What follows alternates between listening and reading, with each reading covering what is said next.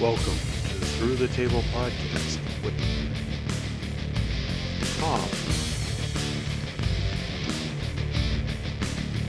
Rick, Russ, JL, and Brian.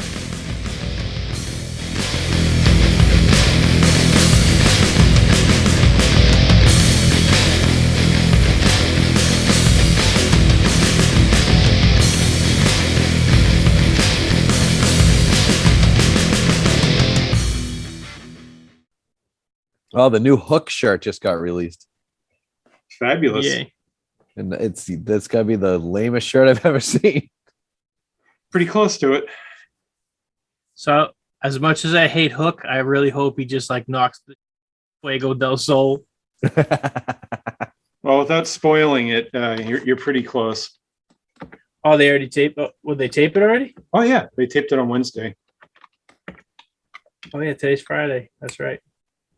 Yep, and he has a Action Bronson that he's using one of his songs as his theme song. Oh, that's funny. I'm sure it has to be completely super edited, Yes, but I definitely. don't know which one it was. Something Chairman something, if I remember.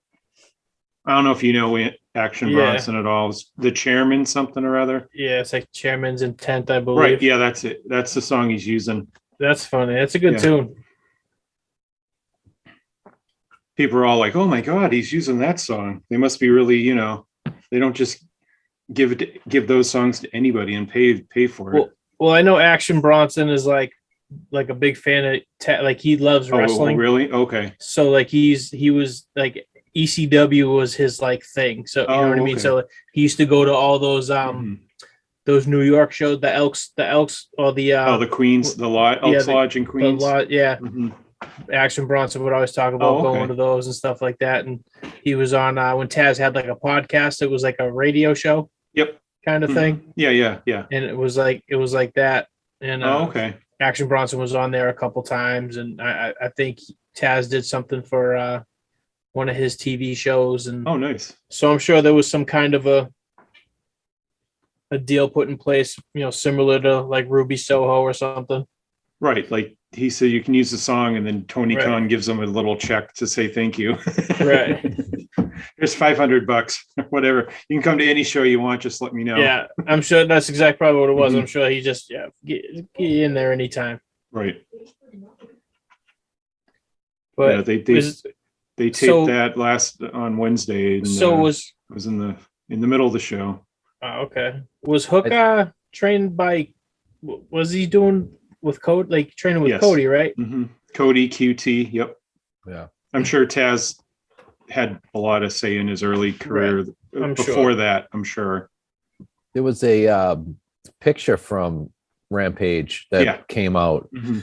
I don't know if you guys saw it. I have it if you want me to send it over.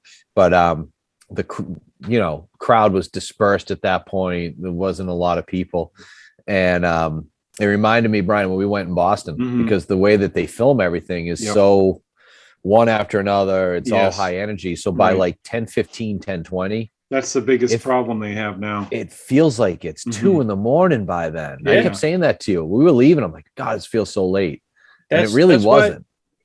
and that's why I kind of it's the same thing with like the pay-per-views, like the Mhm. 4.5 hour pay-per-views. It's too much. Because they also do 45 minutes of elevation before Dynamite even starts. Right. So you're in the building at 6:15, 6:30. You're there till 11 now. Almost That's mid- a yeah. long night. Yeah. It's a long ass time.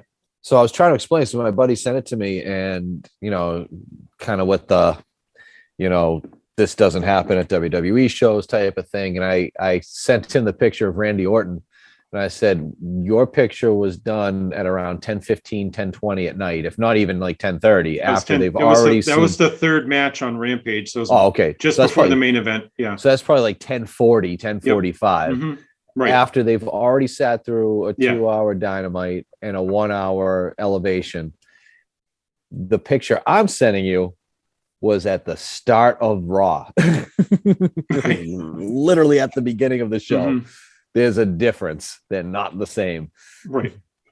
And when they did the bigger matches for tonight, they started with the tag match, FTR against Penta and Phoenix, and the main event was Cole and Wheeler Yuta. Nobody was there at that point. Like they've got to fix it because it's definitely a problem. We saw it when we were there. Yep. And coming at it from the mind of a performer, you know, you hear this hot crowd all night. Yeah. If you haven't been out there yet, you hearing this hot crowd thinking, I can't wait to get out there. And by the time you get out there, you're wrestling in front of like 50 people. It's probably half the crowd was gone, at least. I mean, yeah, or more. It's got to be demoralizing at that point, especially it's like a Wednesday night. Yep. I don't want to give I don't want to make it sound like our WWE guy, but you know, it's school night. So what's the up next morning?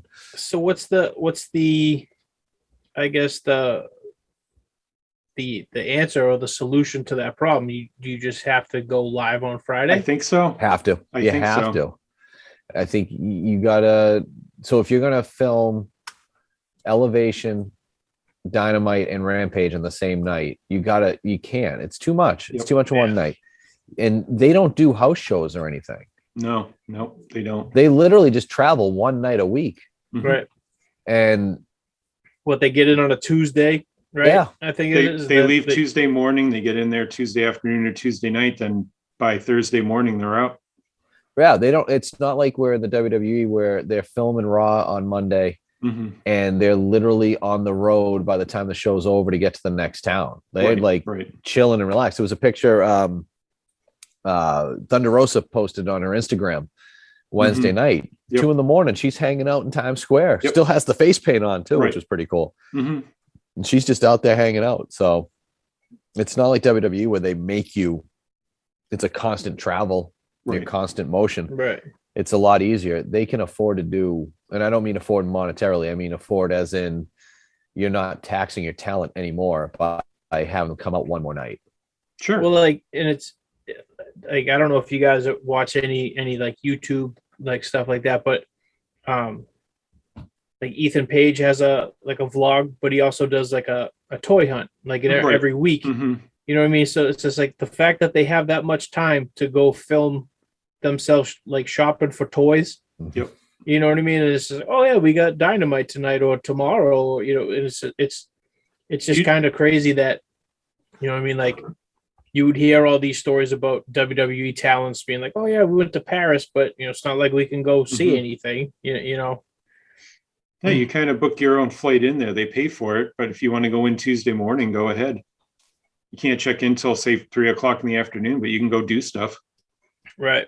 I mean, what, 3 or 4 or 5 different people vlogs now? It's like everyone has a vlog there in AEW, it seems. Right. Yeah. Because I watched the Ethan Page one, and it's always like it's usually Ethan Page, Smart Mark Sterling, Alex Abrahantes, yeah.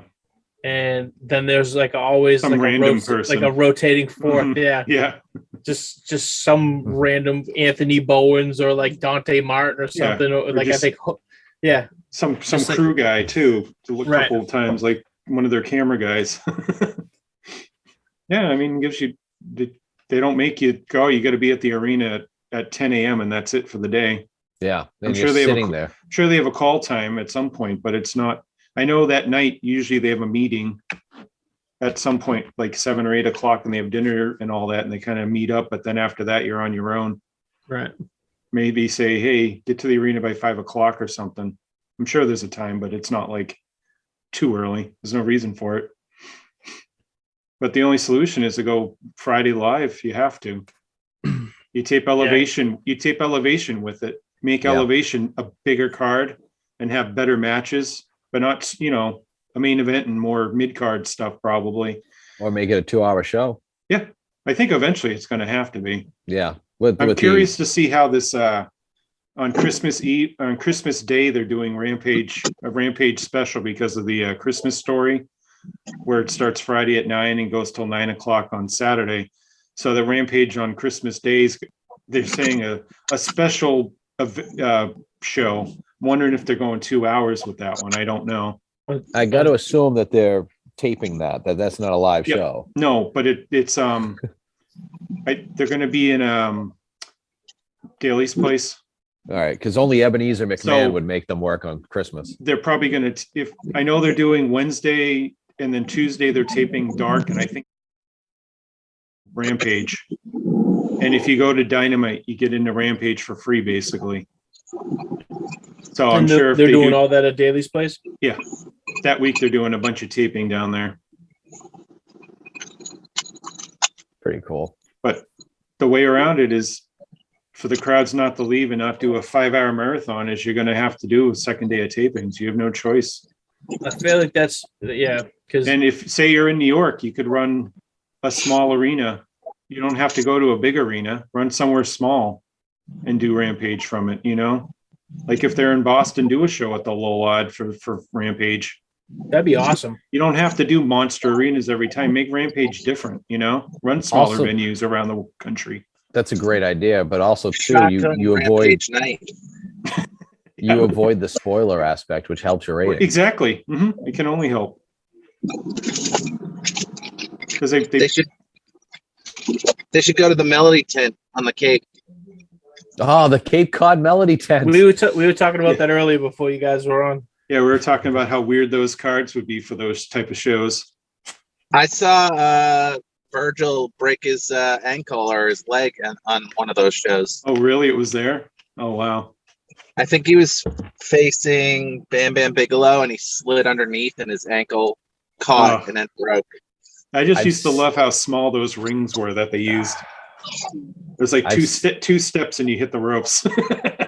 I've seen It's that like, broken it's like a ankle. 12 by 12. I think it was a 10 by 10 Yeah. because Really? that That's small? circular stage in those places. I don't know if you've ever been. It's not that big. I've never been. No. Okay, they have like a circular stage in the middle, and it feeds up. So it's like Mhm. down in a bowl, and the stage is like a little worldwide, because- like a WCW worldwide. I'll have to show a picture. I'll send you one of it. But it you start up here and it all goes down. So it's down, way down. And it's a small stage. I think it's like 10 by 10, maybe circle or 10-inch It's circle. pretty tiny. Yeah, it's Oh, pretty that's tiny. crazy. So they had a ring made for it. And the thing is like you're looking like it's like a toddler ring or something. It's so little. That's I awesome. I remember- want to see it. But you gotta when you Yeah. send the picture, you gotta put it in the pod. Oh, for so- sure. I'll look online and see if I can find something on YouTube. I'm sure there's a clip or two from like a match or something there too. Definitely. Because So it's like one of those one rings thing when I- Micro Championship Wrestling ran Yeah, the Everett Rec Center. yeah. It was like the TNA ring is that. I don't know if you've ever seen the 8-sided TNA ring that they used to have. Yeah. It was like just a tiny bit bigger than that. That ring was the smallest ring I've ever seen. The TNA yeah, it was one super of the. small. Go ahead. I was saying. No, go ahead, Russ. Sorry. It's a super small ring, and I remember also I forget if it was the Virgil. Well, one thing Mick Foley talks about it in his first book, hmm and also I think it was the Virgil match where he broke his ankle. I think it was Bam Bam Bigelow, because then Bam Bam got like pissed because the match was over. So then Bam Bam left, and then the lights went out, and then like they just did this whole thing where like if Bam Bam didn't come back into the ring, then the show wouldn't be able to go any further, and that he'd be fined like $20,000. And they were doing this all on the fly to get somebody out, and I believe it was Goldust that came out and just ended up fighting Bam Bam. Just all impromptu. Wow. So Owen Strange. Hart dies falling from the arena. Show must go on. Bam Bam leaves because Virgil breaks an ankle. We got to stop it here, folks. That's crazy. Just want to make sure I got that straight. What were you gonna say, Rick? I was going to say about like the TNA ring is as small as it was. It was just the way because of the way it was shaped. There was Mhm. so much just surface area to just do anything Yeah. except run the ropes because that was terrible. Mhm. Yeah, it was. I went to see the show there when they came to the Hyannis Melody tent there. And the ring was so small. I was shocked how small it was live. I couldn't believe it. I thought it was bigger than that. But they got everybody there. They had, raised their amount, like every star was there. It was like a, Monday Night Raw almost. Well, Like- I guess the guys all wanted to do those shows because they wanted to go to those little venues. It was all around the country. They would do them, not just in New England, but in Florida and Right. Texas. They had those little venues like that, and all the guys wanted to hang out at the beaches and stuff like that. So oh yeah, we'll do that show. Why not? We'll do it. Sure, we want to do it instead of working the arenas where they're always working the arenas. It's a different atmosphere for them. I don't blame them for doing it. Yeah. They'd always be packed too. Oh yeah. Only a few thousand though. I don't remember what the actual seating capacity was, but it wasn't huge. Yeah, it wasn't that much. At 4,000 at most. Right. The one up in Cohasset was bigger than the one in Hyannis. I know that. Yeah, I could see that. And then Hampton Beach one that was just a weird, ridiculous setup. Are they run in Hampton, the ballroom? The ballroom, yep. And they'd run up in the left corner with the ring, and everything else would be open. It was just the strangest setup. You know who had a weird ass setup? I went to a Chikara show at the Wonderland ballroom, Yeah. but it was like the upstairs part. It was like this weird just room. It was it wasn't like where I'm trying to think what I see. Well, ECW used to run there all the time, where they have to remove the ceiling to where they put the ring. It's now where they run now. It's across the street, Yeah. or something. It's not. So it's that building, but there's like two, Oh, I guess, okay. levels. There's Mhm. there's the downstairs. I saw Dragon Gate USA was there one time. They were in the downstairs, right? I didn't And know there was then- an upstairs. Yeah, there's an upstairs that fits maybe a few hundred people. And Chikara ran there. I was like, I walked in. I'm like, I don't remember any of this. And it was, oh yeah, we're upstairs. Oh. It was so weird. Mm-hmm. Just sometimes, I do. That's one thing I love about wrestling. It's like if you could put a friggin' ring, we don't. As long as we can get a ring in there, Sons of Italy and I'll go Woburn. wrestling. Right. Some friggin' used car set, used They'll car work a Boys and parking lot. Girls Club. Yep. And somehow they make money. And renting the Radisson Inn conference room or whatever the hell it was. For a photo shoot. For a photo shoot, right. Do you guys need any help? Yeah. Don't forget to bring your sleeping bag or some blankets or whatever for the ring. Yeah. Wild. We all walked in. We're here for a photo shoot with our Right, sleeping bags. Yep.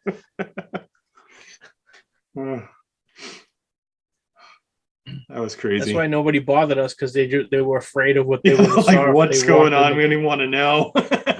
Weirdo. Bunch of guys with sleeping bags. We're not going in anywhere near them. Another note there from Dynamite that a bunch of people have been talking about was right at the end of the battle royal. Did everyone notice when the lights went red for Yes. 3 or 4 seconds? Yeah. What That's happened? They went red. They went red. When they blinked. Yep. And they said that wasn't by accident. I didn't think it was. I think they're foreshadowing something is coming. And a Uh-oh. lot of people think that. Think that's a Bray Wyatt thing, Oh yeah. or a Windham Rotunda, or Gotta whatever be. you want to call it. Mm-hmm. Because it was the same kind of light things that would happen when he was turning into the Fiend. So Okay. Just Isn't- the light thing. I don't think he's going to be the Fiend, but they were just kind of teasing that. Like isn't when he a little too Malakai close? Black did the black in Miami there. What were you saying, Tom? Oh, We I lose think him? he. No, Okay, everything just froze. I'm Okay, back. we get you back. Isn't what they're doing with Malakai Black, I think you probably just saying it, but my internet froze. Isn't it like pretty similar though to what Bray usually does? So Mm-hmm. Oh, I think unless it was they're- just I think they're teasing that something's coming. It's not. He's not going to do the same gimmick. unless they're all part of the House of Black or the cult of Rotunda. Could be. If you notice that Instagram thing, he has 2 followers with him that haven't Yeah. shown up yet. There's lots of rumors on who they're going to wind up being. Who knows who they're actually going to wind up being? Maybe Windham doesn't want to be a leader at this point. Maybe he Maybe. just wants to be part of the group. Never know. I was gonna say I kind of feel like he's too big. I feel like he would overshadow Malakai Black. Nothing against Malakai Black. I think he's awesome. No, but I hear what you're saying. I definitely think like just Bray's too big at this Mhm. point. I mean, not even big, but he's like I definitely feel like if he came in, He doesn't there's- need to be there's with no- someone as like a second. No, I hear what you're right? saying. Yeah, Mhm. he's not like a minion. He's Yeah. I mean, it would be crazy if they were like a 2-man. I mean, but then again, like you said, there was what three other people in that. Yeah, there are 3 people at the bottom and him like rising above them. So, and we all think Brody's one of them, right? Yeah. Do you think they make? I mean, I don't think they would, but out of respect to Brody Lee, do you think they would make Brody King change his name? No, no, do you think I don't no? think so. He just has the same name. I don't think they would do that. WWE would. Like there's Adam Page and Ethan Page and But I just Hangman figured Page. where I don't. Brody is just a little. No, I don't. I don't think that would really have any problem with that. I don't think he would have a problem with that either. If they change his name to Brody something, say his name was like John King and he changed it to Brody King, they might have an issue with that, Right. But since he's been Brody King for years, I don't see an issue with it. One of the names they were hinting that could be one of his followers now is Pac. Where he blinded him in both eyes. I could see that. That's one of the things they were saying. And then There's a add third. what's her name there? From Abaddon? no, from the Varsity Blondes. Oh, Julia he- Hart. Because he showed up and just Mhm. nailed her in the eyes. Yeah, that was kind of strange. Why he came after her? Well, why would they just do a random interview with them too? Like, Yeah, I They knew never do something that. was happening. I'm Yeah. like, why is he out here? I'm like, what's going to happen? Like, that's just so random with those Yeah. two. but that could be one of those where like Yeah. now she kind of gets put under the spell of I Black. could see that. Once they go Malachi, they don't come back. He was saying something about the virus is spreading on his face and his eye in his interview he that. did on Instagram. So Just used to say that to the girls in college. Now the virus is spreading all over your face. oh boy, I noticed. Ugh. I noticed on it was like there's like a couple social media posts where it was like a not candid photo, but like it was like a just not wrestling related photo. It was like Malakai Black standing with somebody, but every picture that he took, he had his eye closed, like the one that he always has gimmicked up. Yeah, And it's just every single picture he had just one Mhm. eye. It was like the weirdest thing. I'm like, you're just taking, like, I don't know. I don't understand why. What's the whole point of it, I guess. You know what I mean? Like, I don't understand why, like, your whole gimmick is that you hurt your eye in the WWE. Like, it's I don't know. it's almost something to do with the WWE poisoned or killing him to a point. I guess I could see that. I'm sure they're going to explain it more. He says there's a lot more to come to the story. You just have to wait for it to happen. Good for him though for taking those pictures with one eye closed though. That's old school. Every single one. Mhm. That's like the Undertaker always dressing in black. Yeah, right.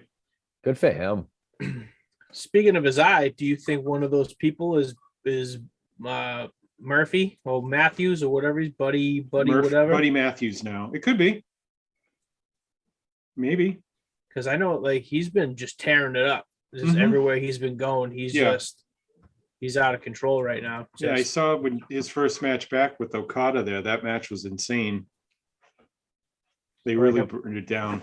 I mean, and that's kind of cool too. It goes back to what we were saying. It's like who do you sign and who not to sign. You know, they kind of AEW passed on it. I really thought they were going to go with them at first, just where they did the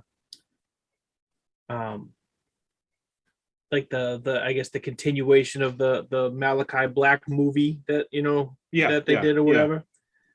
So it's like I thought he might be coming in. It's just they didn't want to do it so quickly.